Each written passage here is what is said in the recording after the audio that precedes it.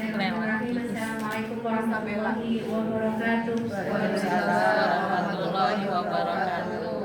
Alhamdulillah, alhamdulillahirabbil alamin. Hamdan wa ni'mahu wa yubarik mazidan. Ya Rabbana lakal hamdu kama yanbaghi li jalali wajhika wa 'azimi sultanik. Amin. Allahumma la 'ilma lana illa ma 'allamtana innaka antal 'alimul hakim. Amin.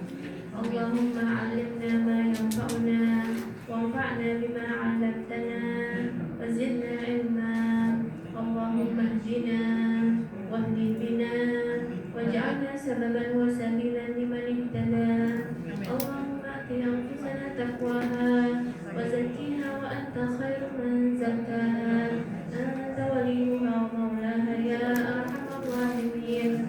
Allahumma arina al-haqqa haqqan warzuqna ittiba'ah wa arina al-batila batila warzuqna ijtinabah.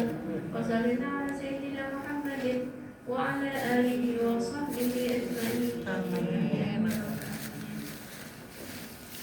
Apa kabar ibu sekalian? Alhamdulillah sehat Bu. Bu Eni selaku ketua Majelis Taklim Baitul Majirin ya? Namanya Baitul Majid juga? Oh, sama ya, sama masjidnya ya? Iya dong. Iya dong. Sama. Insya Allah, alhamdulillah dengan izin Allah kita diperkenankan untuk berjumpa untuk mengkaji ayat-ayat Allah. Ya, kita tajdid niat kita perbaharui niat kita, karena yang tidak ikhlas, yang tidak bernilai di sisi Allah, maka akan kita temukan bagaikan debu-debu yang berterbangan. Bagaikan debu-debu yang berterbangan. Maka itu pentingnya kata ulama kita mentajdid niat, memperbaharui niat. Mungkin niatnya dari rumah udah baik sampai tempat berubah, bisa saja. Maka kita perbaharui niat kita lagi supaya mendapatkan setiap gerak-gerik kita itu menjadi pemberat amalan kita nanti fil yaumil akhir insyaallah. Umar bin Khattab pernah melewati sebuah khausumah, sebuah sau'amah, sebuah tempat peribadatannya orang non-muslim yang dia bekerja dengan sangat berat, menyapu, memperbaiki rumahnya gitu ya, sampai capek. Terus kata Umar bin Khattab apa? Amilatun nasibah, perbuatan yang sia-sia. Perbuatan yang sia-sia. Kenapa? Karena amalan dia kalau tidak dipersembahkan kepada Allah Subhanahu wa taala, maka nanti akan ditemukan haba amansura, bagaikan debu yang berterbangan. Jadi itu pentingnya kita memperbaharui niat kita. Semuanya kita harapkan menjadi pemberat amalan kita fil mizan yaumil akhir insyaallah. Sebagaimana disampaikan, kita kembali ke tema tentang akhlak. Ya. Bukan berarti yang menyampaikan ini sudah cukup berakhlak, tapi kita sama-sama belajar, ya. Karena nggak ada batasnya kita thalibul ilmi. Semakin kita belajar, semakin kita tahu kalau kita tidak tahu, gitu ya Bu ya. Kalau kita kerasa sudah tahu, jangan-jangan Diam aja dulu. kalau kita kerasa sudah tahu, justru malah sebaliknya, jangan-jangan ya. Kita sebenarnya tidak tahu apa-apa. Makanya baik perkataannya malaikat itu. Allahumma la ilma li illa ma 'allamtani. Ya, ketika Allah kasih tahu kepada Nabi Adam, wa 'allama Adam al-asma'a kullaha. Ya kan? Allah kasih tahu kepada Nabi Adam nama-nama segala sesuatu. Kemudian ya ditanya kepada malaikat, coba sebutkan nama-nama itu kalau kamu mengetahui. Malaikat nggak sok tahu tuh. Malaikat bilang apa? Allahumma la ilma lana illa ma 'allamtana innaka antal alimul hakim. Ya Allah, aku tidak tahu kecuali yang Kau kasih tahu kepada hamba. Itu kalimat yang baik, padahal malah malaikat al-muqarrabun yang didekatkan kepada Allah. Terkait dengan akhlak ini kita ingin melanjutkan yang kemarin, Bu. Salatul muhlikat. Ya, kemarin kan salatul muhlikat. Sekarang kita masuk salatul munjiat. Ada 3 hal yang menyelamatkan. Kalau kemarin 3 hal yang bencana apa saja? Tumpul mutok, pelit yang dipatuhi, Pelihara. ya dipelihara. Wahawan muttaba, dan hawa nafsu yang diikuti. Wa i'jabul mar'i bi nafsihi, dan seseorang yang ujub sama kebolehan dirinya, sama dirinya sendiri, yang merasa gue kan bisa. Nah, kita masuk part yang kedua. Ada salatun munjiat, ada 3 hal yang menyelamatkan. Ya, 3 hal yang menyelamatkan ini mudah-mudahan menjadi sifat dan akhlak kita dalam kehidupan kita sehari-hari, insyaallah. Yang pertama, khasyatullah fis sirri wal alaniyah. Khasyatullah fis sirri wal alaniyah. Takut kepada Allah dalam sembunyi-sembunyi ataupun terang-terangan.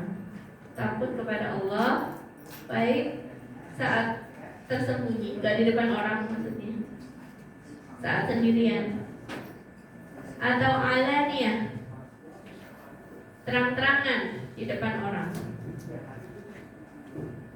Kalau kita dapat takut kepada Allah gak cuma di depannya orang, tapi pada saat sendirian pun kita juga takut kepada Allah, nah itu berarti kita mendapatkan ujian, mendapatkan sesuatu yang membahagiakan, yang menyelamatkan kita. Jadi yang pertama apa? Khasyatullah fis sirri wal alaniyah. Yang kedua, al-adlu fir ridha wal ghadab. Al-adlu fir ridha wal ghadab. Adil dalam keadaan ridha atau marah. Adil pada saat ridha. Ridha itu artinya senang ya, Bu. Pada saat senang ataupun pada saat marah.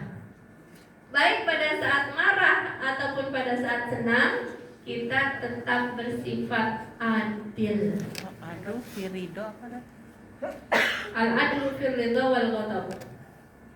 Bersikap adil baik dalam keadaan ridha, senang, ataupun ghadab, marah. Dan yang ketiga adalah al-qasdu fil faqri wal ghina.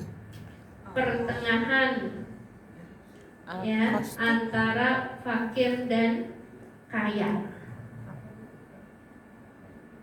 Pertengahan antara fakir dan kaya. Jadi kaya enggak, miskin juga enggak, sedang-sedang, sederhana saja. Ulang.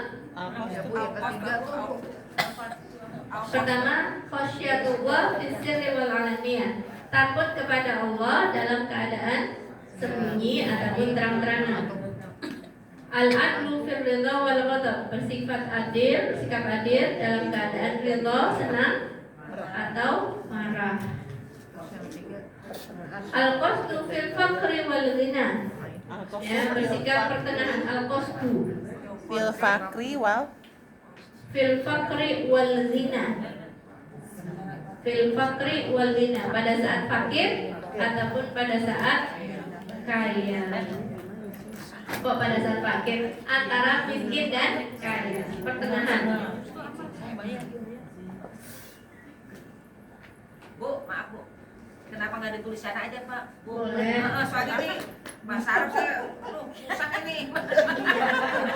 Halo Bu, murid baru Bu. Ada pasien lain yang baru Baru nih Bu. Alhamdulillah kuat nggak dibajuin? Itunya kemajuan bisa yang kuat, yang muda kuat nggak? Iya, Bu, tahu Ini dibajuin. dimajuin tinggal. Iya itunya kejauhan. Dari belakang nggak tampak, dari belakang nggak tampak. Maju sini Bu. Agak maju. Kenapa?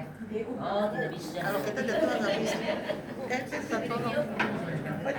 Bayaran sama Kan waktu itu sudah ada fotokopiannya. Enggak ada, Bu. Iya kan? Fotokopiannya kemarin kan ada waktu salah atau ujian lanjutannya kemarin Ibu. Tiga yang menjadi bencana. Ya, bencana 3. Kelihatan nggak? Ya.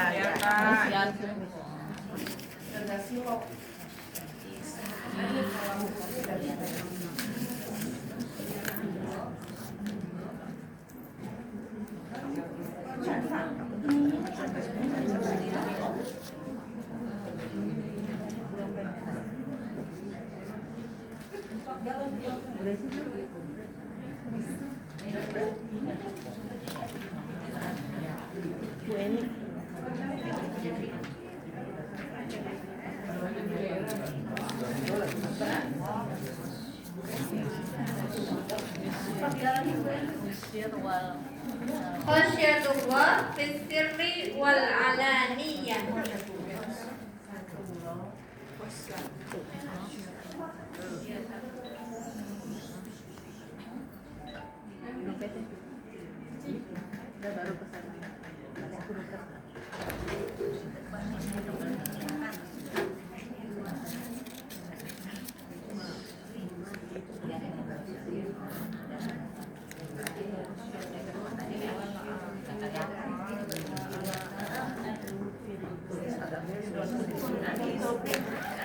Kalau nggak kelihatan juga di fotokopian yang pertama itu ada Bu. Ada Bu, mana Bu? Cuma satu Saya sambil halaman. deh. Kelihatan itu juga. Nggak kelihatan juga ya? Maju. maju Bu. Nanti bisa difoto. Al-Qastu fi fakri wal zinanya wal alaniyah. Istri wal aniyah. Khosyatullah fi Di sini lagi yang naik. sirri wal alaniyah. Baru terang nih.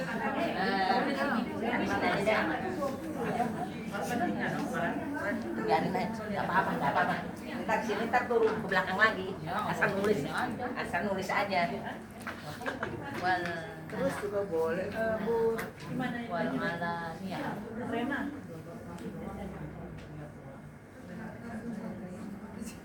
Ya, yang pertama khasyatullah fis-sirri wal alaniyah. Takut kepada Allah baik dalam keadaan sir, tersembunyi ataupun terang-terangan. Ini tiga al-munjiyat, tiga yang menyelamatkan. Tiga yang menyelamatkan. Kalau kemarin tiga yang bikin celaka, sekarang tiga yang menyelamatkan. Apa aja yang pertama? Khosyatu fi wal alaniyah. Bisirri wal alaniyah. Sirri wal alaniyah. Takut kepada Allah baik dalam keadaan tersembunyi ataupun terang-terangan. Orang nulis ninja melukis susah.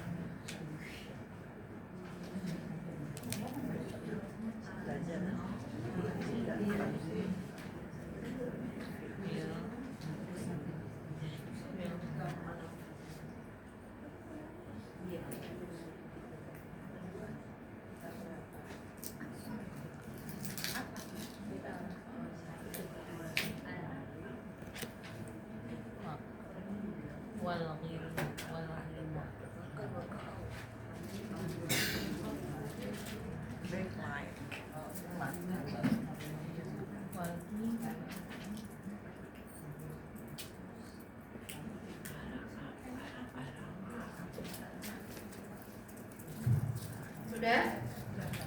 Oke, yang pertama khasyah atau takut kepada Allah. Takut itu buah dari apa, Bu? Takut. Hah? Ya, dari iman, dari keyakinan kita sama Allah. Dan kalau orang nggak punya iman, kita bilang suruh takut kepada Allah, takut nggak? Nggak. Orang murid nih, ya kan? Nggak tahu di depannya ada gurunya ngawasin, padahal dia nyontek. Karena dia nggak tahu, maka dia asik aja, ya kan? Karena tidak meyakini bahwasanya ada Pak Guru yang sedang mengawasi. Perhatikan. Jadi buah dari keimanan itu karena kita meyakini bahwasanya pandangan Allah, pengawasan Allah, muraqabatullah kepada hamba. Baik di hadapannya orang, baik orang itu mengawasi kita atau enggak sedang mengawasi. Ya, sehingga biasanya kadang apa, Bu? Orang takut sama pengawasan orang. Polisi. Takut sama pengawasannya orang. Ya. Sehingga dia malu. Yang pada akhirnya di depan orang sama nggak di depan orang beda. Tapi kalau dia beriman kepada Allah, mau di depan orang, nggak di depan orang, saya beramal bukan untuk orang. Nah, ini yang menyebabkan orang kadang menggunakan topeng ketika di depannya orang. Di depannya orang, masya Allah. Di baliknya, naudzubillah. Tapi kalau seseorang yang memiliki khasyatullah, takut kepada Allah, fisirri wal alaniyah, baik sembunyi-sembunyi ataupun terang-terangan, maka itu udah jadi indikator kebahagiaannya dia, karena dia akan menjaga dirinya, baik orang-orang mengawasi dia atau tidak diawasi. Jadi dia berbuat baik bukan karena orang-orang melototin dia, bukan karena takut sama majikannya, bukan takut sama polisi, bukan takut sama CCTV, bukan, tapi takutnya sama Allah. Jadi yakin, karena dia yakin beriman dengan pandangan Allah. Nah, kenapa mundur lagi? Udah di situ aja. Jangan kesian, biarin aja Bu. Nyender. Malu, Bu. Nyender Bu. Kaki sakit. Yang penting udah start.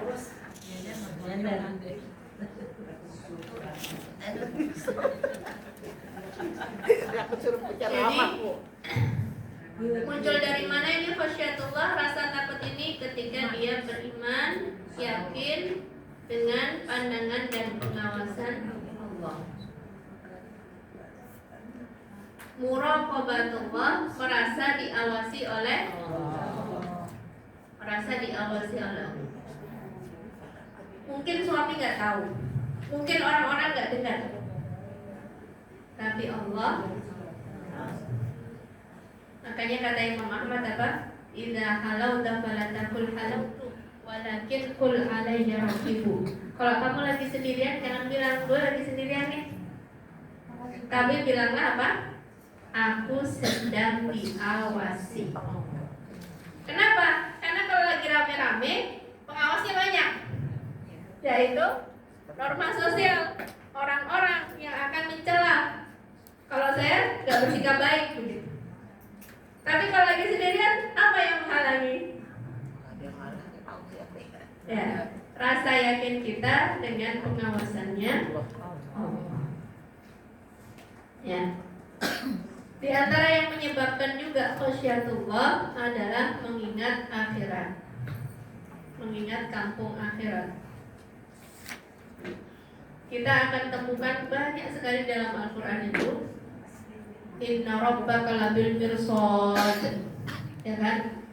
Allah itu maha mengawasi, ya, ala kulli syai'in raqib. terhadap segala sesuatu, Maha mengawasi. Sami'un basir, Allah Maha mendengar, lagi Maha melihat. Apakah kamu sangka Allah tidak mendengar sebagian perbuatanmu atau tidak melihat sebagian perbuatanmu sehingga kamu bisa menyembunyikannya dari Allah? Gak bisa, kebuka semua. Jangankan apa yang kita zahirkan dalam bentuk perbuatan atau ucapan ataupun status. Kalau zaman sekarang kan tambah satu ya. Gak cuma ucapan dan perbuatan. Medianya udah media sosial. Ini nih, online nih. Jadi kita zahirkan dalam bentuk kata-kata ataupun perbuatan ataupun status, apapun itu, bahkan yang disembunyikan di dalam hati pun Allah tahu. Ya'lamu kha'inatal a'yuni wa ma tukhfis sudur. Dialah Allah yang mengetahui kha'inatal a'yun, khianatnya mata, wa ma tukhfis sudur, dan apa yang disembunyikan oleh hati. Apa yang disembunyikan oleh hati? Tahu, kebongkar semuanya di hadapan Allah. Tapi Allah Maha menutupi, sehingga gak usah dibongkar sama makhluk. Gak ada kewajiban kita mau bongkar-bongkar apa yang sudah tersembunyi. Hukumnya manusia itu sama yang zahir aja. Zahirnya dia begini, ya udah begitu. Gak usah, jangan-jangan dia masih begini-begini. Gak usah diteliti sampai ke dalam-dalam situ, mempersulit diri. Repot. Ya. Jadi manusia itu bermuamalah dengan yang zahir-zahir saja. Zahirnya dia sudah minta maaf, ya udahlah, namanya sudah minta maaf. Tapi kayaknya nggak kelihatan menyesal dengan permintaan maafnya, nggak usah dipikirin. Sama kita juga, ketika kita berbuat salah kita bilang minta maaf, tapi kelihatannya orangnya belum terima. Ya, terus mau gimana lagi? Emang kita yang bolak-balikin hati? Enggak kan? Tapi kan kita sudah minta gitu ya, jadi simpel aja. Ya, berusaha supaya dia ridha, ikhlas, boleh-boleh saja. Tapi kalau sampai meneliti dia kelihatannya kayak belum ikhlas, kayak itu udah di luar kemampuan kita. Nah, khasyah itu juga dapat didapatkan melalui mujahadah, dengan meninggalkan riya. Kenapa riya? Karena riya itu menganggap besar pandangan makhluk dan menganggap kecil pandangan Khaliq. Allah melihat, makhluk juga melihat. Lebih besar mana, lebih penting mana, lebih hebat mana? Pandangan Allah apa pandangan makhluk? Padahal kadang-kadang orang sholat nih, begitu tahu yang masuk ke dalam musola itu adalah calon mertua, sholatnya jadi panjang. Yang tadinya mau baca kulhu berubah jadi wadduha biar agak panjang dikit. Karena ada calon. Pada saat itu Allah memandang, calon mertua juga memandang, lebih hebat pandangan siapa? Pandangan Allah kah atau pandangannya mah? Makanya di sini ya bermujahadah untuk meninggalkan riya, sehingga tidak ada bedanya antara dipandang sama calon mertua atau enggak, antara disebut namanya sama seseorang atau enggak, ketika dipuji sama seseorang atau enggak berubah. Dipuji enggak tambah semangat, dicela enggak bikin muntung, begitu harusnya. Selama apa? Selama yang kita harapkan adalah ridho Allah. Contoh yang paling kelihatan dari masalah ini adalah ketika pencopotannya Khalid bin Walid. Khalid bin Walid itu seorang panglima. Panglima yang bikin kemenangan demi kemenangan demi kemenangan yang luar biasa. Kok bisa gitu? Sampai musuh itu takjub. Ketika jumlahnya sedikit, dia cari tempat yang sempit. Jadi jumlah yang banyak itu dihadapi secara berkala. Ketika begini maka dibuat begini, strateginya luar biasa. Khalid bin Walid itu. Ketika Umar bin Khattab menjabat menjadi Amirul Mukminin, ya kan, sesudah wafatnya Abu Bakar, maka Khalid, ya, sebagaimana sebelum-sebelumnya, core kompetensinya dia adalah sebagai panglima, sebagai pembuat strategi perang yang luar biasa pintarnya. Ketika dia bikin kemenangan demi kemenangan demi kemenangan, ya kan? Orang musuh itu bilang begini, Bu. Apakah Tuhan kalian menurunkan pedang dari langit sehingga kalian berperang dengan pedang tersebut? Dari saking gak masalahnya kok kemenangan demi kemenangan. Ya enggak lah. Allah gak menurunkan pedang dari langit. Ya.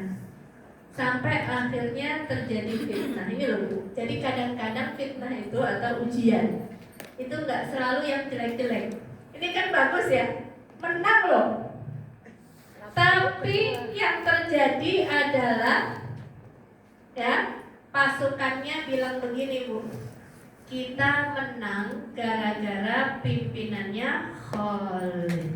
Dah, bahaya di kalimat.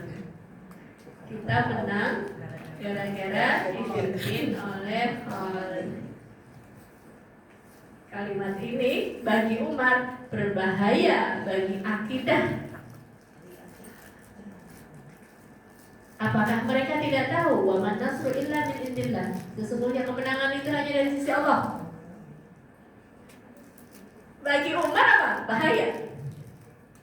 Kalau kita mah, apa salahnya dia? Orang dia bikin menang kok, kalau bikin dia kalah mungkin kita copot gitu. Tapi kalau Umar, dia lebih penting daripada itu semua adalah akidah. Jangan sampai menang tapi akidahnya pasukannya rusak. Akhirnya diutus untuk dicopot Khalid bin Walid, Bu. Tidak jadi panglima lagi.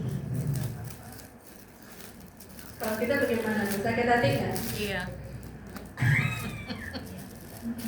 Jujur aja deh. Iya jujur. Jujur kan? Nah, salah gue di mana? Salah saya itu apa? Nggak salah apa-apa kan Khalid? Nggak salah apa-apa. Justru yang salah kan pengikutnya kan? Pasukannya. Ya. Jadi Umar bin Khattab dicopot di situ. Karena bagi Umar lebih berbahaya, ya, kalau seandainya akidahnya umat tidak selamat daripada menang dalam sebuah atau beberapa pertempuran. Wajar nggak kalau zaman sekarang pecah partainya, Bu? Iya. Iya. Pecah dong partainya dong. Gue bikin kesalahan apa? Tapi yang diperbuat sama Khalid apa? Tetap berperang dalam pasukan itu meskipun jadi pasukan biasa, bukan jadi panglima. Di situ Allah memuji Khalid. Kamu berperang itu untuk Allah apa bukan? Kata Khalid apa? Aku berperang itu untuk Allah, bukan untuk Umar. Jadi Umar mau memuji enggak, ya enggak ada masalah. Allahu Akbar. Itu loh para sahabat itu. Masing-masing dengan kelebihannya, tapi kita lihat bagaimana mereka menghadapi ujian-ujian yang terjadi. Umar itu apa? Enggak bijaksana ya, Bu? Menurut Ibu bijaksana apa enggak? Umar pun bijaksana. Lebih berbahaya akidah seseorang menyimpang daripada kemenangan-kemenangan yang memang kata Allah bahwa man nasru illa min indillah. Tidak ada kemenangan kecuali dari sisi Allah. Kewajiban kita ikhtiar ya. Tapi kemenangan hanyalah dari Allah. Hal yang agak mirip terjadi pada saat ketika sesudah Fathul Makkah. Sesudah Fathul Makkah, Bu. Jadi Makkah alhamdulillah nih foto. Sesudah itu kurang lebih sebulan kemudian pergi ke Taif. Orang Islam yang baru masuk Islam dari Fathul Makkah itu banyak. Baru aja masuk Islam. belum ada 1 bulan, jadi belum tahu terkait akidah Islam. Kemudian melewati satu pohon besar. Pohon besar ini oleh orang-orang kaum kafir Quraisy zaman dahulu. Kafir Quraisy itu sering apa? Menggantungkan pedangnya. Datu Anwar kalau nggak salah, ke pohon itu. Kenapa digantungin? Ngalap berkah. Ketika pasukan ini melewati itu, Datu Anwar ya kalau nggak salah, dia bilang, ya Rasulullah, kenapa kita nggak dibuatin pohon Datu Anwar seperti mereka juga punya Datu Anwar? Kalimat itu melukai perasaannya Rasulullah. Apakah kalian itu berucap sebagaimana ucapannya kaumnya Nabi Musa kepada Musa? Buatkan kami berhala sebagaimana mereka punya. Kok pingin sama berhala? Kenapa? Kelihatannya bagus, nyembahnya kayaknya khusyuk gitu. Apakah kita takjub dengan itu maka kita mengikuti? Tidak. Yang jadi garis bawah di sini apa? Melukai perasaannya Rasulullah. Menyelamatkan akidah itu lebih penting daripada hal-hal yang lain. Jadi Umar tadi mengambil sikap demikian ya, mencopot Khalid bin Walid juga atas pertimbangan dan juga kebijaksanaan. Bukan karena ingin menzalimi Khalid, enggak. Ya, menyelamatkan akidah kaum muslimin insyaallah. Jadi tadi untuk mencapai khasyatullah diantaranya adalah dengan mujahadah, ya, dengan berusaha untuk meninggalkan riya. Dan di mana-mana yang paling simpel dan praktis untuk melatih keikhlasan adalah memperbanyak amalan yang tersembunyi. Itu mudahnya. Ya, amalan yang tersembunyi diperbanyak daripada amalan yang terang-terangan. Mau nggak mau ada amalan yang terang-terangan. Sholat wajib bagi laki-laki ya ke masjid, pergi haji sekampung bahkan tahu. Gitu. Gak bisa disembunyikan. Tapi di antara caranya adalah memperbanyak amalan-amalan yang tersembunyi.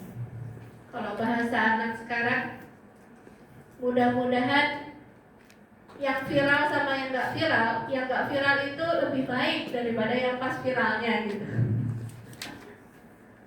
Pas viralnya baik, alhamdulillah. Tapi pas gak viralnya juga mudah-mudahan lebih baik. Yang kesorot kamera sama yang gak kesorot kamera, mudah-mudahan yang gak kesorot kamera itu lebih baik. Cuma kadang-kadang kita melihat kayak gitu ya Bu, kan gak semua itu dipost ya, diposting di medsos ya, sehingga kita ngelihat apa yang diposting di medsos itu gambaran utuh dia, mesra tuh suami istri, seolah-olah itu selama-lamanya mesra terus. Apa ya? Ternyata gara-gara kita menghukumi sesuatu yang sebentar dianggap-anggap 100% dia, kita sendiri yang susah. Jalan-jalan mulu, emang dia jalan-jalan mulu? Ya enggak lah, pasti ada di rumahnya juga, pasti ada berantemnya juga, pasti ada susahnya juga. Makanya kita sekarang bahaya sama medsos tuh gara-gara apa? Ya gara-gara yang di post itu kan momen-momen tertentu saja, tapi kita menghukumi orang itu kayaknya semuanya itu kayak gitu, kehidupan dia siang dan malam seperti itu. Nah itu yang bikin kita akhirnya susah sendiri. Kok orang lain kayaknya bahagia, terus saya menderita. Ya seperti itu, insya Allah. Dan inti kebahagiaan itu dari Allah. Dalilnya apa? Allah katakan innahu huwa adhaka wa abka. Dialah Allah yang membuatmu tertawa atau bersedih. Jadi kalau kita ingin bahagia, mendekatlah kepada sumber yang memberikan kebahagiaan. Karena kita kadang-kadang menyangka kebahagiaan itu di luar hati kita. Kayak kata Buya Hamka, barang siapa mencari kebahagiaan di luar hatinya, maka dia pasti tidak akan menemukannya. Kita menyangka bahagia kalau rekeningnya nolnya ada sekian. Kita menyangka kita bakal bahagia kalau cucunya sekian. Tapi kita hidup kan perlu juga dengan nol rekening sekian. Iya, iyalah gak dipungkiri itu. Sekian. Nanti dibahas ya nomor 3 itu al-qasdu fil fakri wal ghina. Tapi maksudnya kalau kita meletakkan kebahagiaan, mensyaratkan saya bakal bahagia kalau punya pembantu 10. Saya bakal bahagia kalau cucu-cucu tiap hari datang ke rumah. Nggak datang ternyata. Gimana? Kecewa karena kita mensyaratkan kita bahagia kalau begini. Saya bakal bahagia kalau anak saya berterima kasih kepada saya. Anaknya nggak terima kasih. Iya, kesel. Kecewa. Jadi makanya kata sama saya apa? Udah kalau mau berbuat buat anak, buat siapapun itu, berbuat saja untuk Allah. Kalau dia ingat jasa kita berterima kasih, alhamdulillah. Kalau dia sudah. Jadi kita nggak nunggu. Kita tidak mensyaratkan kebahagiaan kita terhadap orang lain. Nggak nunggu imbal balik ya.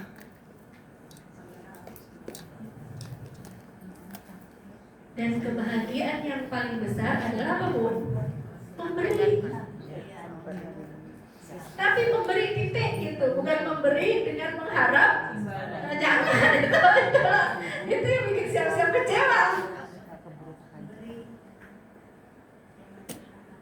Ketika kita memberi itu kepuasannya, kebahagiaannya lebih besar. Keluarga kita sakit, kita temenin, ya kan? Itu kebahagiaannya lebih besar daripada kalau kita yang minta, kita mengharap.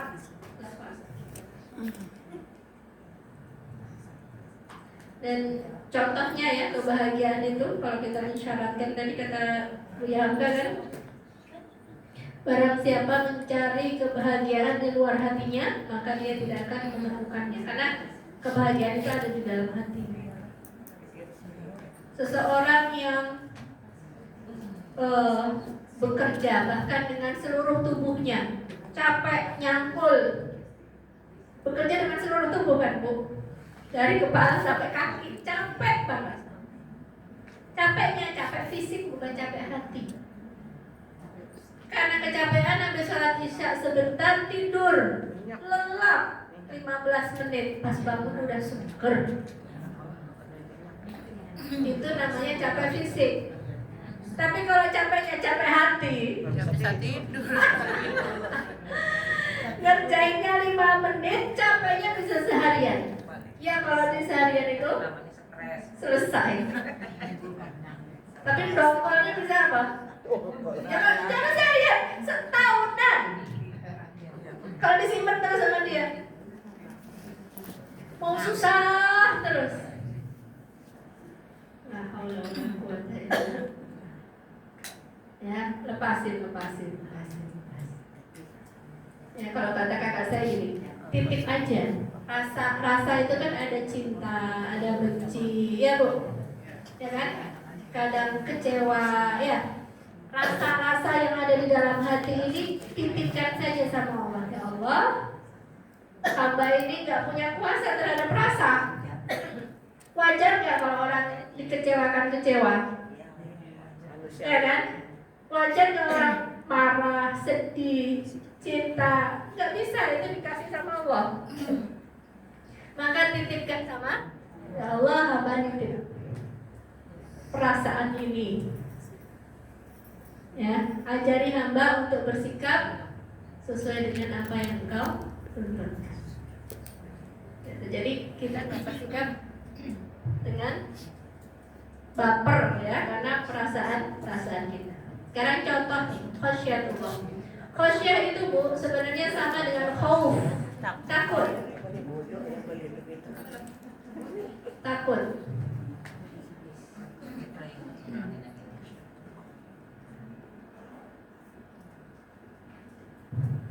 Contohnya adalah seorang pemuda misalkan yang menjaga pandangannya dari yang haram, meskipun orang-orang tidak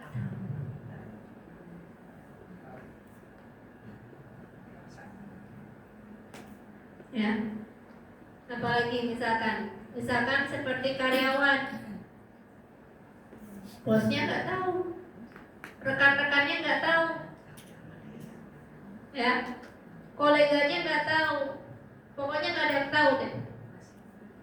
Tapi karena amanah, ya kan, maka dia tetap melakukan sebagaimana yang ditentukan, diamanahkan.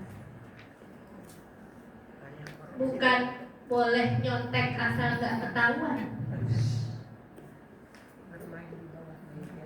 Ya, boleh nyontek asal nggak ketahuan. Nggak boleh juga tuh. Enggak lah. Biarinnya nggak bisa pulang. Saya kalau ujian nggak bisa terus keluar. Itu kan Oke. Tidak bisa disamakan. Iya makanya kan pas. Caranya gimana untuk mendapatkan khasyatullah fi sirri wal alaniyah? Di antaranya adalah mentadaburi ayat-ayat tentang muraqabah, tentang pengawasan Allah.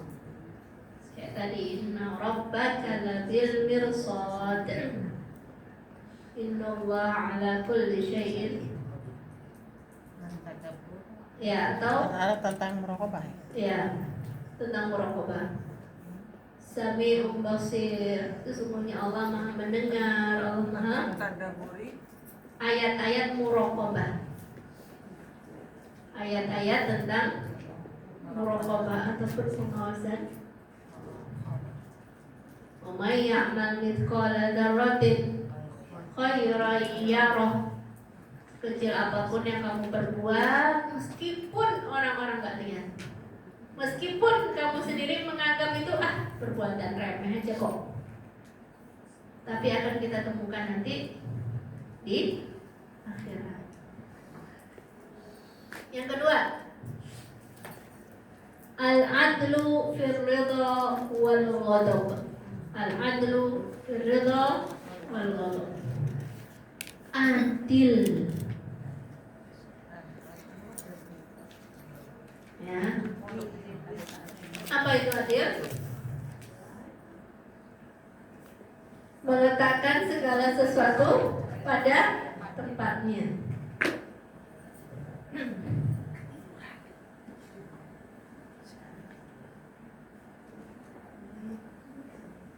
Piring ditaruh di rak piring apa dalam lemari baju? Piring lah. Tak piring. Pisau ditaruh dalam dompet. Biar nggak jaga. Atau di rak piring, Piring ada tempat pisau khusus. di tempat pisau. Sandal ditaruh di kepala apa di kaki? Kaki. Letakkan segala sesuatu pada tempatnya. Bahkan inti beres-beres pun kayak gitu ya, Bu. Kita mau beres-beres nih. Kalau anak kita gak paham beres-beresnya gimana sih, Umi? Maksudnya nyapu apa-apa? Bukan. Sebenarnya beres-beres itu adalah meletakkan pada, kembalikan sesuatu pada tempatnya. Oh, ini sampah, berarti ditaruh di tempat sampah. Oh, ini sisir, berarti ditaruh di tempat. Nah, itu beres-beres itu kan, meletakkan segala sesuatu pada, kembalikan pada tempatnya, kembalikan pada tempatnya, kembalikan pada tempatnya. Itu bersikap adil. Adil itu lebih fundamental daripada fadil. Ya, fadil itu keutamaan, tapi adil itu yang asasi. Berlaku kepada siapapun, dimanapun, kapanpun, harus adil. Karyawan, ya kan? Haknya dia apa? gajinya kan, udah dihitung gajinya seperti ini, kasih. Itu namanya adil, meletakkan pada tempatnya. Tapi karena ibu pemurah ingin ditambahin, boleh, itu namanya fadil, kelebihan. Tapi yang asasnya harus dapat, keadilannya itu harus dapat. Jadi adil, keadilan itu adalah sifat ya yang asasi, yang fondasi.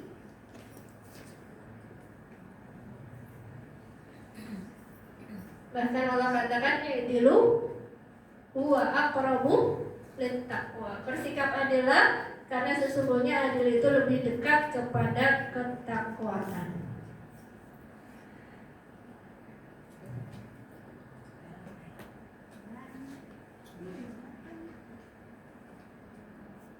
Oke?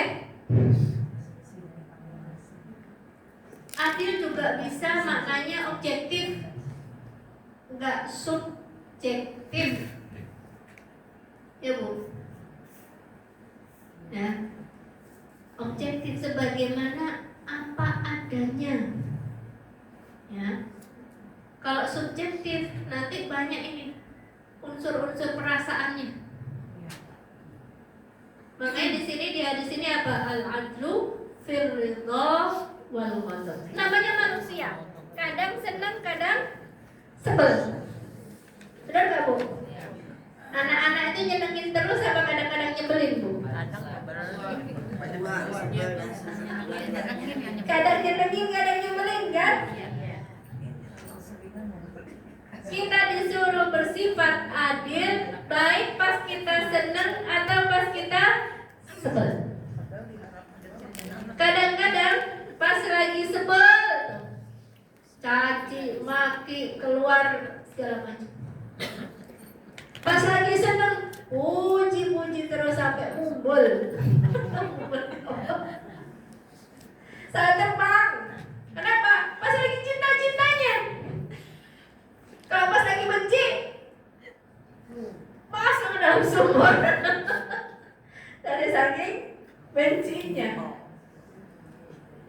Nah, bersifat adil baik dalam keadaan ridha atau dalam keadaan ghadab, itulah yang termasuk munjiat. Sifat yang menyelamatkan kita insya Allah. Jadi dalam kondisi apapun kita nggak kena baperan gitu. Kita lebih memegang prinsip keadilan. Di antara yang menyebabkan adil itu tentu mengetahui mana yang halal, mana yang haram, mana yang hak, mana kewajiban. Untuk bisa berlaku adil kan perlu tahu apa haknya, apa kewajibannya. Ya. Mana yang halal, mana yang haram. Contoh, ya, dengan contoh biasanya kebuka. Seorang hakim yang harus memutuskan perkara keluarga dekatnya.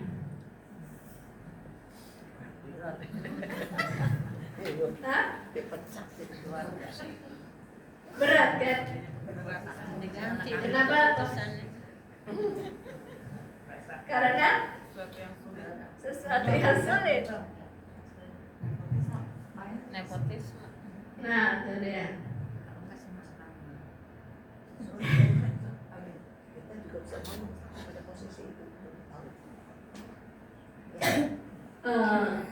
Jadi ada tabrakan kepentingan ya Bu.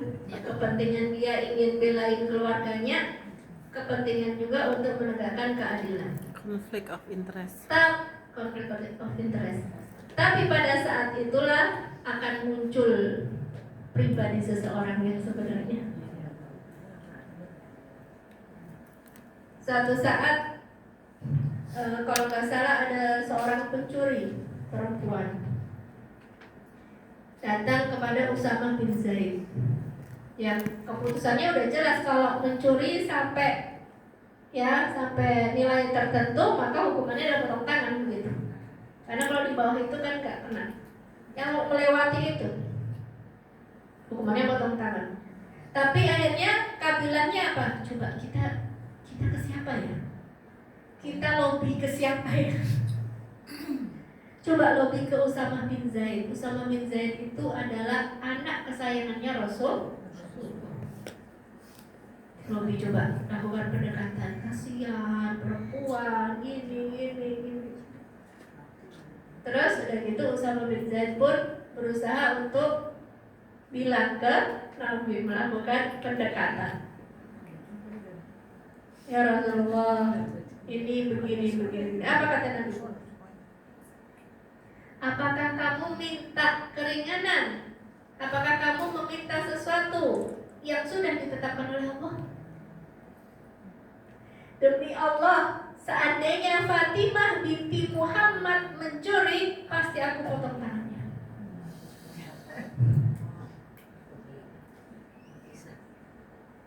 Jadi udah gak bisa apa-apa lagi. Usaha bisa ngomong apa lagi? Justru takut kan? Jawabannya Rasulullah SAW. Kamu pengen nego-nego, kamu pengen lobby-lobby terhadap sesuatu yang sudah ditetapkan oleh Allah.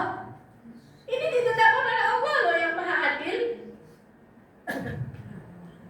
Jadi kita bisa bilang aja, adil menurut siapa? Adil menurut lo, gue kagak. Allah itu sudah meletakkan timbangannya itu dengan tinggi. Barang siapa melampaui batas, maka baru kena kok.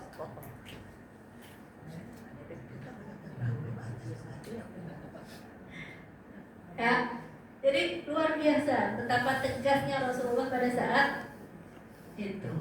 Nah, Rasulullah itu bukan penyayang, Rasulullah penyayang sama umat yang penyayang. Tapi apa yang ditentukan oleh Allah, ya, tidak perlu tak patuh kepada makhluk dalam kemaksiatan kepada. Nanti kalau suaminya bilang, lu kagak patuh sama gue, ya disuruh patuh sama Allah kita patuh, ya kan? Tapi kalau disuruh buka aurat, Allah lebih berhak untuk diikuti. La ta'ata li makhlukin fi maksiatil khaliq. Tidak ada kepatuhan kepada makhluk dalam bermaksiat kepada. Gimana tuh? Jadi luar biasa Rasulullah menyampaikan betapa tegas, demi Allah, apabila Fatimah binti Muhammad, siapa lagi yang lebih dicintai oleh Nabi? Fatimah binti Muhammad mencuri, maka akulah yang memotong tangan. Nah, jadi di sini kita ketahui Bu, yang namanya nilai atau value itu kadang bertentangan, sehingga ada hierarki nilai. Akhlak itu nggak sama, ada yang kecil, ada yang besar. Dalilnya apa gitu kan Bu? Kenapa sih pada diam semua? Mencerna Bu.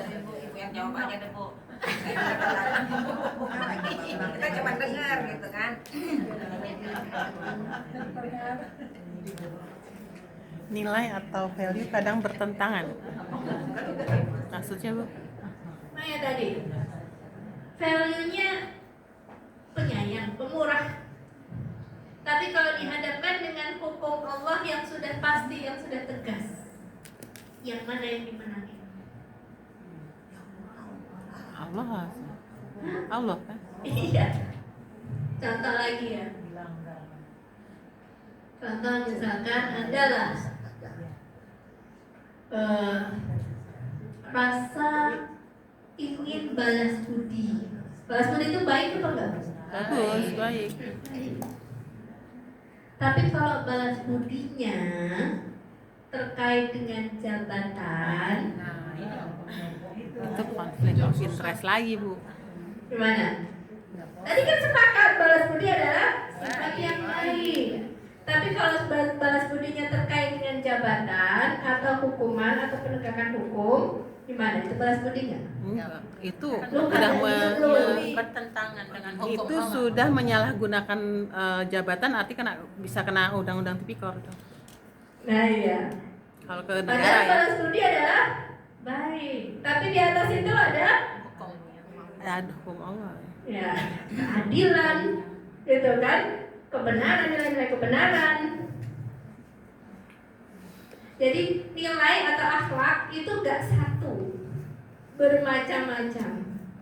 Buktinya apa? Ketika Rasulullah ditanya, ya Rasulullah, mungkin gak seorang mukmin itu pelit? Mungkin? Mungkin gak seorang mukmin itu penakut? Mungkin. Mungkin gak seorang mukmin itu berbohong? Mungkin. Tidak. Tidak. Tidak. Jadi waktu ditanya seorang mukmin, mungkin gak dia itu penakut? Mungkin. Dia pelit? Mungkin. Oh iya, karena beriman. Kalau berbohong? Tidak. Al-mu'minu la yakdzib. Seorang mukmin tidak berdusta. Oh, takut iya. Jadi apa? Nilai kebenaran lebih tinggi daripada nilai-nilai apa Yang tadi? lainnya. Keberanian, sama misalkan pemurah, dermawan. Jadi pada saat nilai ini bertentangan dengan nilai ini, yang didahulukan yang lebih utama. Kok kayaknya mikirnya berat banget tuh. Iya benar, orang paling atas. Kadang soalnya itu terjadi di kehidupan sehari-hari, di mana karena kita harus memilih, apalagi pada saat kita punya jabatan, punya kedudukan, kita harus memilih. Betul. Dan itu kadang-kadang itu tidak bisa kita mementingkan ke diri kita atau egoisnya individu daripada yang kadang lupa dengan kepentingan dari Allah. Itu yang terjadi, minimal untuk saya gitu. Berat, susah sih. Iya. Contoh lagi ya. Ada petugas pengumpul zakat di zaman Nabi. Pengumpul zakat. Terus bilang gini, ini untuk zakat dan ini hadiah untukku. Si petugas pengumpul zakat nih bilang gini, ya Rasulullah, ini zakatnya udah terkumpul. Iya. Kalau ini hadiah buat aku. Nggak boleh. Terus kata Nabi apa? Apa ya jadi sufi baiti ummi? Kalau seandainya kamu cuma duduk-duduk doang di rumahnya ibumu, apa iya orang itu bakal nganterin hadiah buat kamu? Iya. Kalau bukan karena kamu sebagai pejabat publik. Betul. Apa ya jadi sufi baiti ummi, kata Nabi. Kalau seandainya kamu cuma duduk-duduk aja di rumahnya emakmu, sambil scrolling, bukan sebagai seseorang. Iya. Luar biasa Nabi itu memberikan penjelasan tentang nilai kebenaran terutama, nilai keadilan yang luar biasa. Jadi kadang itu kata Muhammad Iqbal ya kalau nggak salah, akhlaknya kaum muslimin itu masih seperti janin. Maksudnya apa? Embrio masih belum nampak. Kita itu kalau dari teksnya, dari ayatnya, dari hadisnya, luar biasa agama ini, Bu. Tapi begitu dalam praktek, dalam prakteknya masih sangat minim.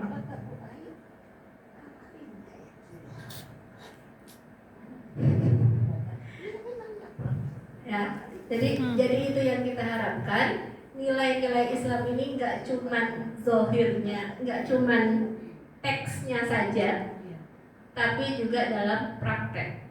Saya kasih contoh ya. Ada sebuah kisah orang dari Barat. Ya kita kan perlu adil ya Bu, menilai segala sesuatu. Saya pernah nyampaikan ada di antara problem yang mundurnya umat Islam itu kalau apa? dikotomi antara akhlak barat dengan akhlak timur. Masih ingat ya? Seolah-olah kita itu timur gitu. Jadi yang namanya kalau disebut akhlak itu pemurah, hormat kepada orang tua, dermawan, itu akhlak.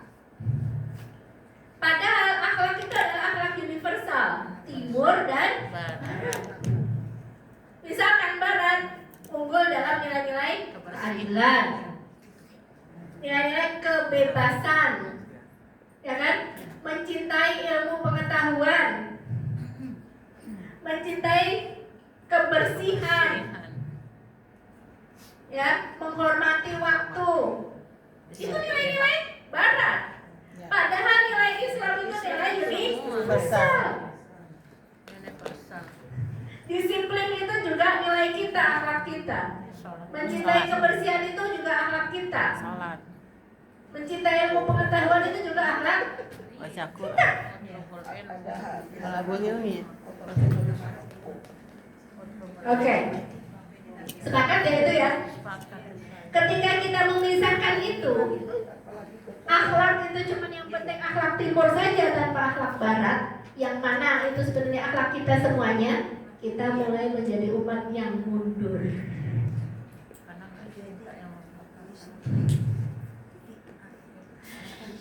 Cerita, ada seseorang dari barat datang ke wilayah salah satu negara Islam gitulah ya, karena diundang untuk menyampaikan bagaimana menanamkan nilai. Tentu nilai-nilai yang positif tadi semuanya, nilai-nilai universal. Slide pertama tentang apa? Tentang ini kenapa nih mati-mati dulu? Gini dekat. Begini. Ya. Yang pertama, slide pertama katanya. Ini adalah nilai keadilan. Begini disampaikan. Salah satu peserta, ya namanya orang Islam ya. Jadi semangat. Anda nggak perlu mengajarkan kepada kami tentang keadilan. Kami itu adalah agama yang menjunjung tinggi keadilan. Ayatnya adalah kayak dulu huwa aqrabul taqwa. Itu ayatnya ada. Oke, next slide katanya. Tentang mencintai ilmu pengetahuan. Baru mau nyampein itu ada lagi yang nyanggah, orangnya sama. Pak, Bapak itu gak usah ngajari ilmu pengetahuan. Agama kita itu agama yang menjunjung ilmu pengetahuan. Ayat yang pertama tentang Iqra. Oke, next slide. Nilai-nilai tentang mencintai kebersihan, ya kan? Di counter lagi sama tadi, interupsi. Kenapa? Ya. An-nadhafatu minal iman. Anda gak usah ngajari kami tentang kebersihan. Next slide. Tentang nilai-nilai disiplin, ya kan? Orang yang sama lagi-lagi interupsi. Gak usah ngajari kami tentang kedisiplinan. Ada ayatnya wal asri innal insana lafi khusr. Sesungguhnya dalam kerugian kalau misalnya kita nggak memperhatikan waktu. Terus orang ini karena diinterupsi terus dari tadi kan, tutup ya, mapnya ditutup. Udah, Anda tidak butuh saya. Anda tidak butuh saya. Ya betul. Kalau yang Anda sampaikan tadi, ya, itu memang sudah membumi, mengakar, sudah dipraktekkan bagi bangsamu, ya sudah. Tapi Anda betul-betul salah ketika menganggap nilai itu sesuatu yang teori, tapi tidak ada di dalam praktek. Kaya dengan ayat dan hadis yang luar biasa, tapi dalam prakteknya tutup pergi. Apa pelajarannya dari situ? Pemahaman. Dia paham, dia praktekin ya. dia lakukan harusnya. Kesadaran mungkin ibu nggak sadar dulu, Iya. nggak sadar pingsan lagi. Nah, jadi ini harus ada kesadaran kolektif bagi umat Islam. Kalau memang betul mau bangkit, mau maju, maka nilai yang tadi masih embrio itu harus dalam kehidupan sehari-hari diterapkan. Dan mulai dari yang penting, dari yang tadi, yang pondasi itu tadi, nilai-nilai kebenaran, nilai-nilai keadilan, ya, menghormati orang lain, menghormati ilmu pengetahuan, yang dasar-dasar, yang pokok-pokok dulu. Kenapa Bu? Kalau cemberut, kita nggak sumeh sama orang, yang rugi paling teman kita doang. Tapi kalau integritas, tidak amanah, Ya. itu yang rugi dari Oh, udah apa? se-Indonesia. Betul nggak? Kalau nilai-nilai kejujuran, nilai-nilai amanah yang tidak ada pada diri seseorang, apalagi pemimpin, yang rusak se-Indonesia. Nyata Ustaz. Nyata. Nggak usah dicontohin. Tapi intinya di sini kita perlu kesadaran kolektif. Ya Bu ya? Jadi nilai itu bukan akhlak, atau nilai itu bukan sesuatu yang diucapkan. Itu sesuatu yang mendalam di dalam hati. Salahnya kita selama ini PPKN, Pendidikan Moral Pancasila, sudah sangat baik. Sayangnya seringnya cuma kognitif. Coba ibu-ibu, di antara 3 perilaku ini mana yang sesuai dengan nilai-nilai moral Pancasila? Membuang sampah pada tempatnya, A. Membuang sampah di sungai, B. Atau membuang sampah sembarangan, C. Jawabnya apa? A. Kompak pasti A, dan benar semua. 100 buat ibu-ibu semuanya. Pertanyaannya yang keliru. Keliru itu. Tapi murid-murid itu yang menjawab A, apakah pasti dia membuang sampah pada tempatnya? Belum pasti. Iya teori. Kenapa? Karena teorinya udah 100. Prakteknya. Jadi value atau nilai itu kita mengoreksi kesadaran pada diri sendiri, apa yang berharga pada diri kita. Value itu kan bernilai. Bernilai itu berharga. Menurut ibu, jam tangan ibu berharga nggak? Oke, anak ibu berharga nggak? Berharga. Jadi value itu kita berusaha mengevaluasi apa yang sebenarnya berharga bagi diri saya. Apakah nilai-nilai kebenaran itu berharga bagi kita? Apakah nilai-nilai, ya, kedisiplinan itu berharga buat kita atau enggak?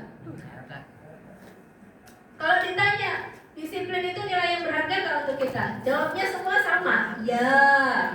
Tapi setiap orang pasti punya kadar yang berbeda. Janji aja janji. Janjian contohnya, ya kan? Mati. Kalau di Jepang misalkan kita janjian sama orang jam 2, datangnya jam 3 dia. Karena apa macet Bu?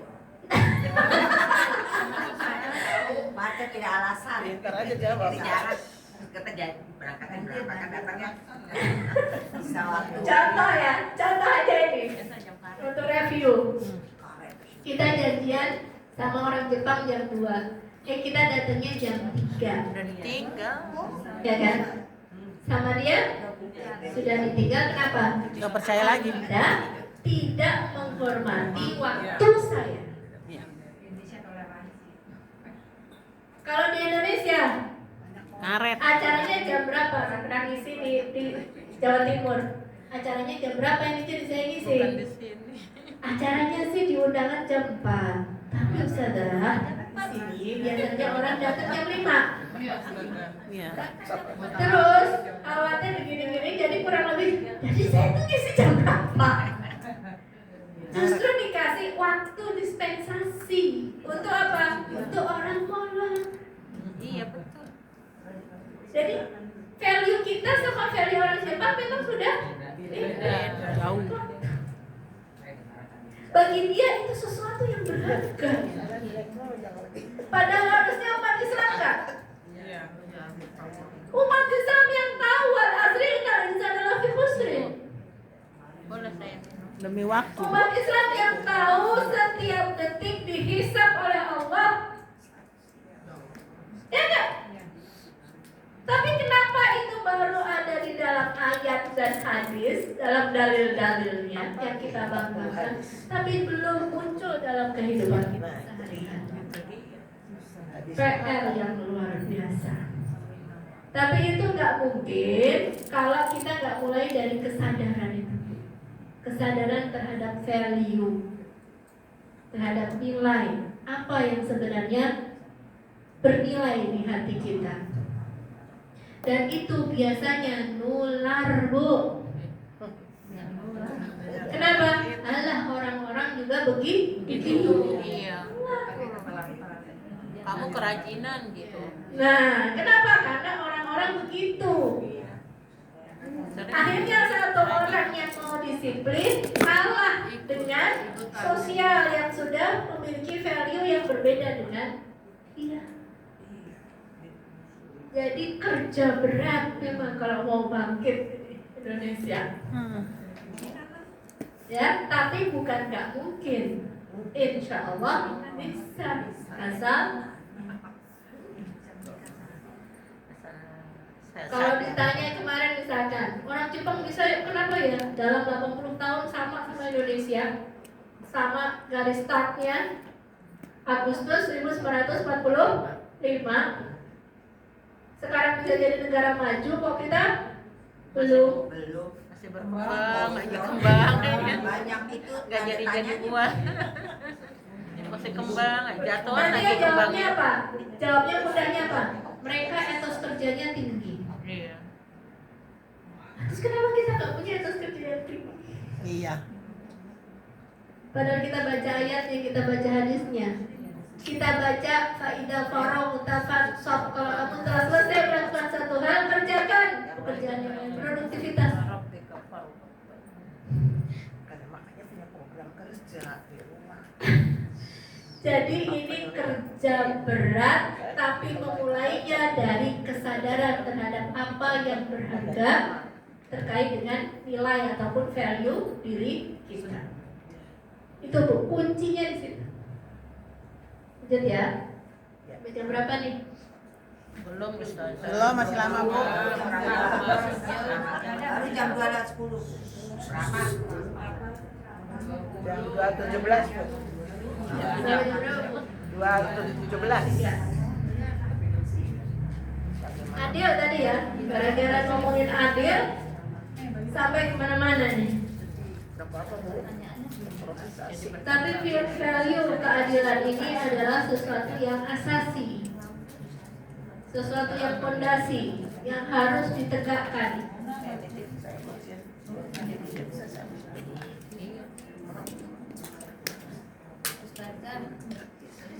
Saya juga saya kosongin. Satu lagi sebenarnya, Bu. boleh.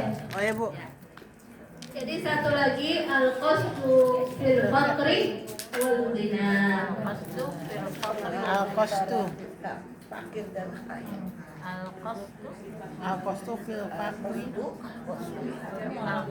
Sebelumnya ada satu poin lagi yang penting nih terkait yang kedua. Yang kedua tadi apa?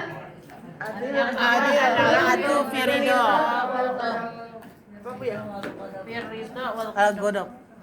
Bersikap adil baik dalam keadaan senang atau marah. marah.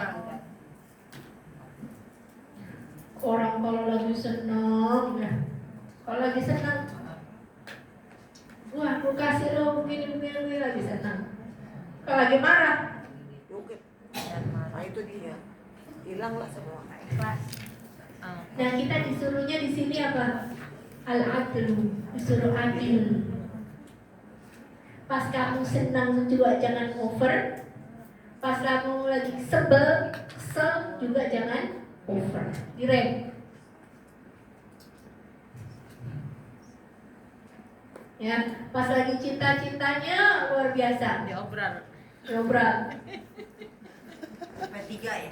Pas lagi benci-bencinya Obral. kayak gak ada baik-baiknya. Nggak ada batasan. Allah adil. Itu sangat penting ya Bu ya. Baik dalam keadaan senang ataupun marah.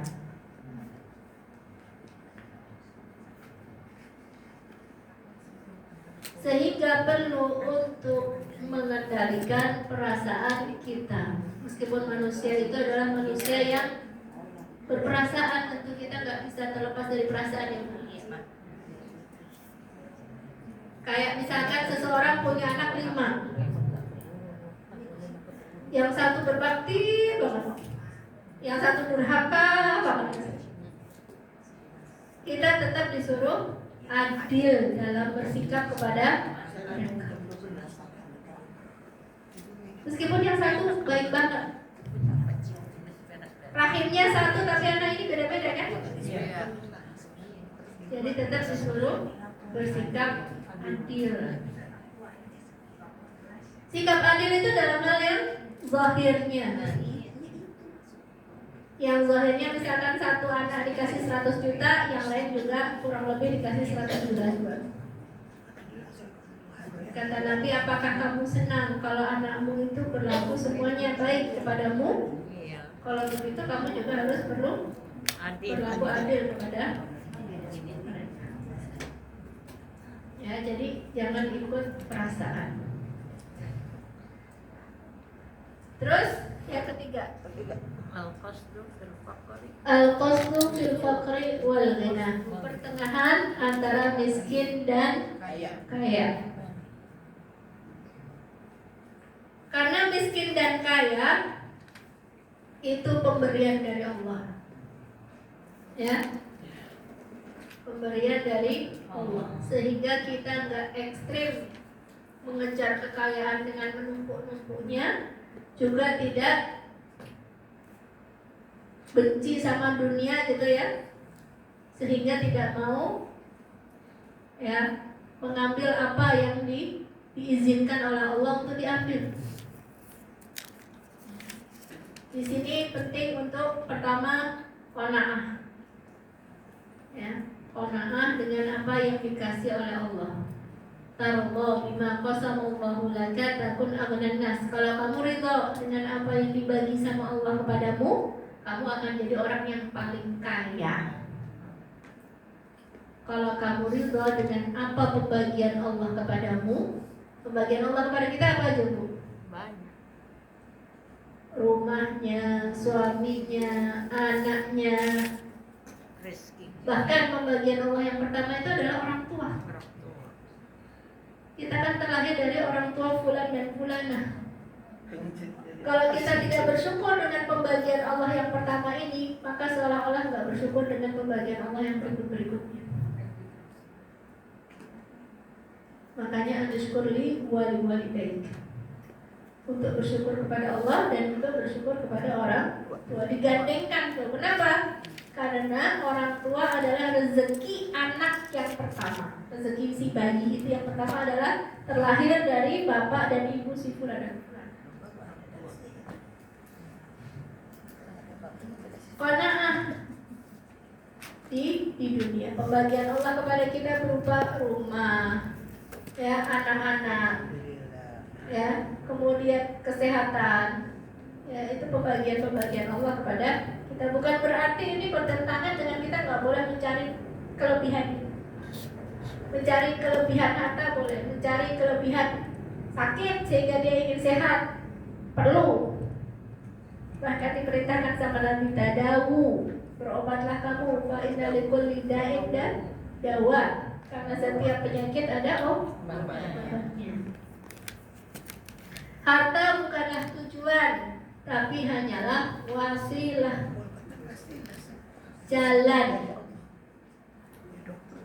Harta itu tujuan apa jalan? Kalau harta itu jalan, pastikan jalan ketaatan, bukan jalan kemaksiatan.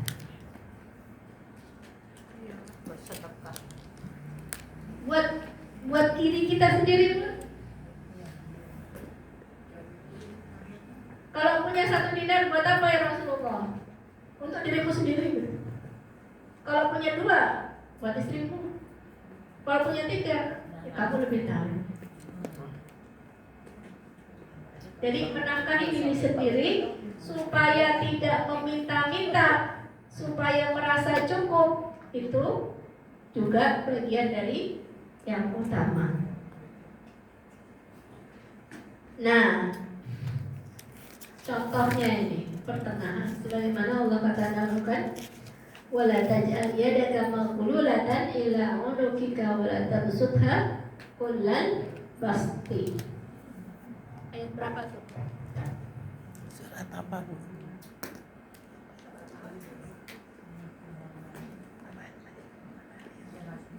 Suratnya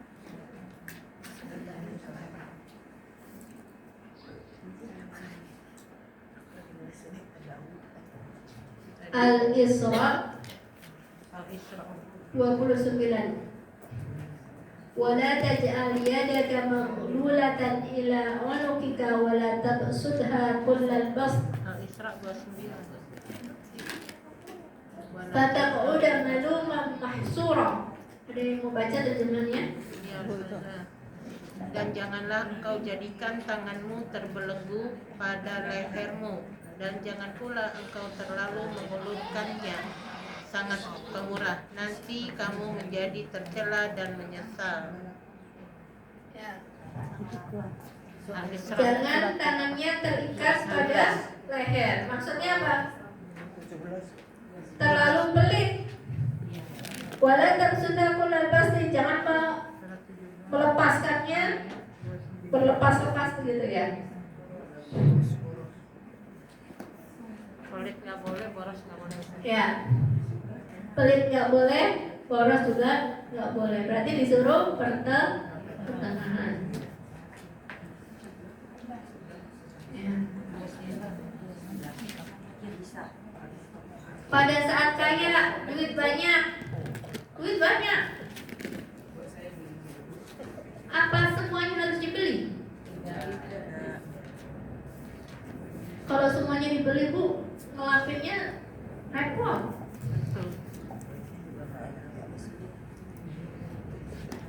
Pada saat kaya tidak mubazir, pada saat miskin tetap memelihara kehormatannya, tidak meminta-minta, ya, tidak memaksa. Pada saat kita meminta, tetap menjaga kehormatan diri kita,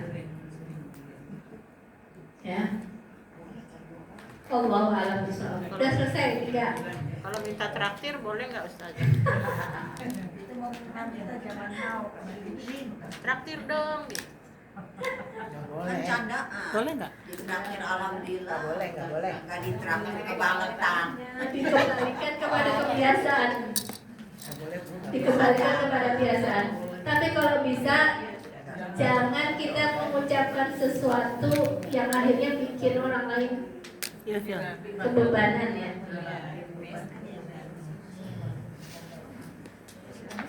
Mental tangan di bawah kok gitu. Ya. Kalau aku bilang mental pengemis. Sebenarnya dikembalikan kepada kebiasaan, ya kan? Kebiasaan atau urufnya kayak gimana, bercanda gitu kan. Tapi kita sebagai muslim jangan mengucapkan sesuatu yang akhirnya orang itu terbebani. Habis jalannya jauh ya, oleh-olehnya. Jangan lupa. Padahal oleh-olehnya kalau semua orang bilang kayak gitu, ya kan? Terus ngangkatnya, terus ya, makanya kadang-kadang Bu, waqulu qaulan sadida, ya, ucapanlah perkataan yang lurus,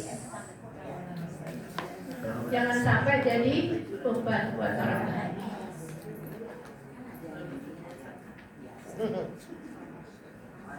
Udah?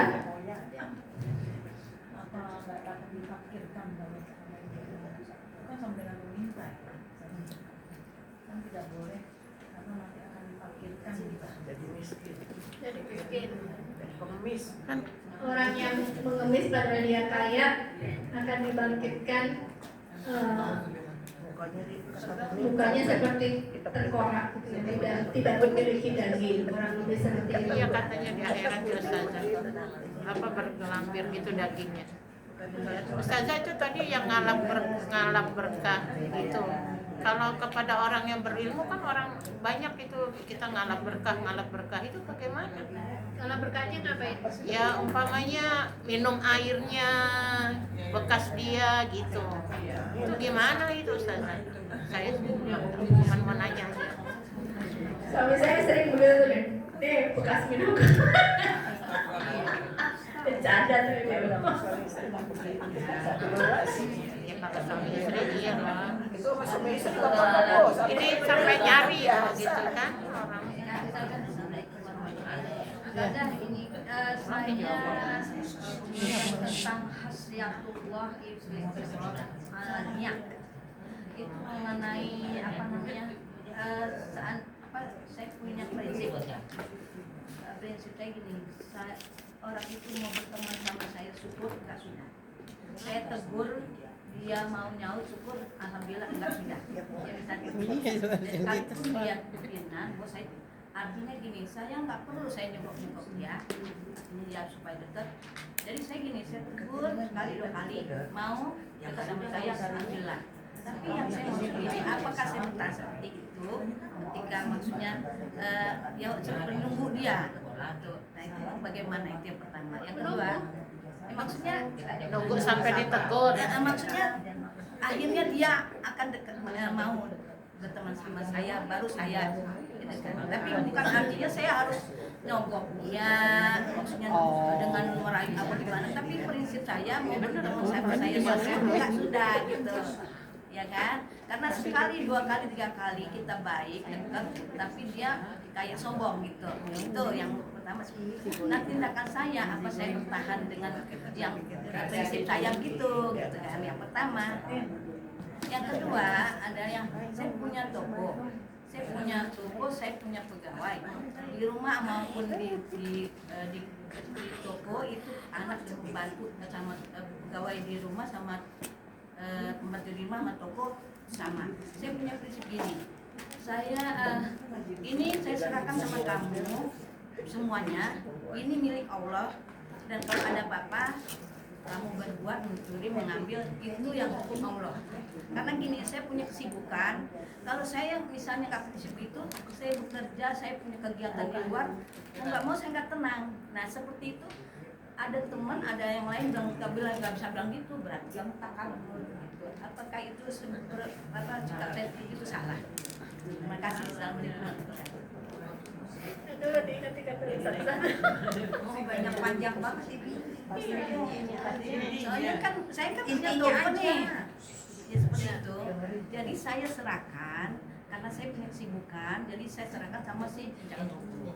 Saya intinya maksudnya saya ini serahkan sama kamu. Kalau kamu berbuat mengambil juga sudah dipercayakan lah pada saya. Kalau kamu berbuat itu yang hukum Allah, yang hukum kamu Allah. Ini semua milik Allah gitu. Saya punya pemikiran saya seperti itu supaya saya tenang bekerja atau kegiatan di luar. Tapi maksud saya ini ada teman bilang itu saya itu seperti itu bisa jadi takabur gitu. Apakah itu takabur? Susah-susah itu. Bisa kan panjangan. Coba dari yang dulu ya, yang tadi air. Allah alam bisawab ya, yang namanya apa yang diberkahi oleh Allah itu bisa dari mana-mana sebenarnya. Termasuk diantaranya misalkan anak kepada orang tuanya bu, itu benar-benar alam berkah kalau itu. Orang tua ya. Ya, tapi kalau sesuatu yang memang nggak ada, misalnya ini nih, kalau orang tua ridho Allah, ridho walidain, sehingga kita mengharap keberkahan dengan ketika kita mengupayakan segala sesuatu supaya orang tua kita ridho. Nah, itu bisa melakukan lewat situ. Kalau yang misalkan mau ambil minum bekas ulama ataupun orang soleh, rasanya tidak ada salahnya.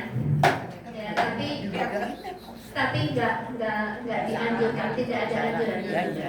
Tapi rasanya tidak ada salahnya selama dia berpendapat ya sama-sama manusia. Mudah-mudahan dengan kesalehannya bisa menambah ilmu, misalkan nggak ada masalah. Rasanya seperti itu. Allah alam. Terus ibu ya, yang pertama tadi punya prinsip. Kalau orang ini mau dekat sama saya, monggo. Kalau enggak ya nggak apa-apa bu, nggak ada masalah. Tapi kita itu dalam bermuamalah itu nggak usah terlalu ketat dengan aturan itu. Jadi nggak usah terlalu memperhatikan saya sama dia dekat apa enggak, kita tuh samhah gitu aja. Jadi menebar kasih sayang kepada siapa saja. Jiwa-jiwa yang sama-sama, yang serupa itu akan mendekat kok. Jadi ruh itu waktu di alam arwah itu sudah berkelompok-kelompok. Namanya arwahun junudun mujannada. Ruh itu ketika di alam arwah sebelum di bumi itu sudah berkelompok-kelompok. Jadi sudah kenal. Nah, ketika di dunia itu yang mirip itu bisa sangat mudah bertemannya. Kenapa? Karena sefrekuensi. Karena dulu sudah kenal ketika di alam arwah. Jadi kita kayak sudah kenal sama orang ini udah lama, padahal baru kenal.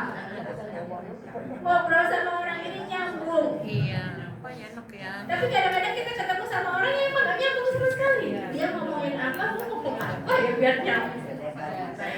Gak bisa. Nggak bisa Karena dipaksakan. fokusnya beda gitu. Ya frekuensinya beda. Gak nyambung. Ya. Jadi toh orang-orang yang mirip itu akan didekatkan dengan orang-orang yang sefrekuensi, kurang lebih seperti itu. Yang kedua tadi kalau ini bilang